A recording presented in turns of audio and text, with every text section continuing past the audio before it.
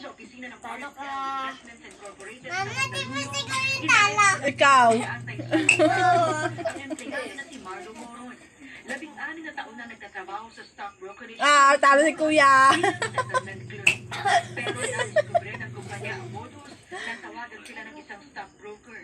May isang broker ngayon. Sa akin, nangihiram ka ba ng share sa akin? Yung wala naman kung Talo si kuya. kailangan ko maghiram sa kanya. Hindi, nangihiram ang tao mo sa akin. Hindi namin pwede gawin ang shares ng customer unless may authorization ng customer. Tingnan nila yung record nila. Doon nila nakita na... Huwag naman ganun sa kuya naman. Hey, beautiful.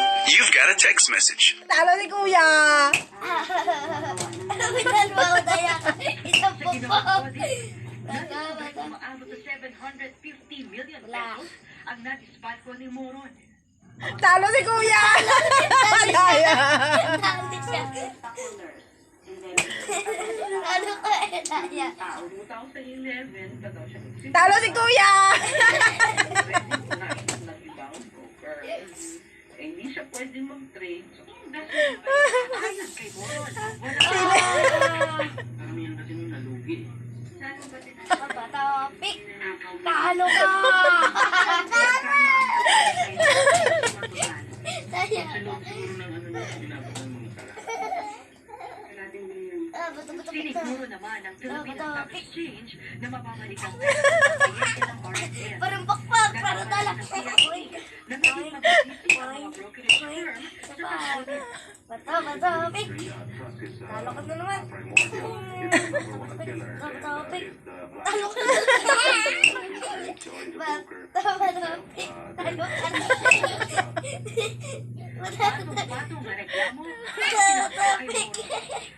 Neng, ganyan, Neng. Neng, magaganto ka din. Topic. Talo siya.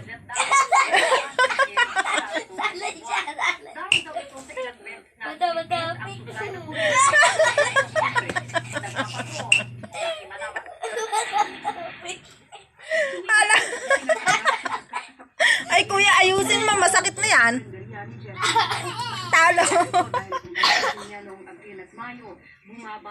Talo si kuya. Yung phone kasi namin dyan, yung isa, inok namin. Tapos yung pag sa gabi, yung ilaw dito sa baba, saka dito, patay. Tapos yung... Oh, talo ka.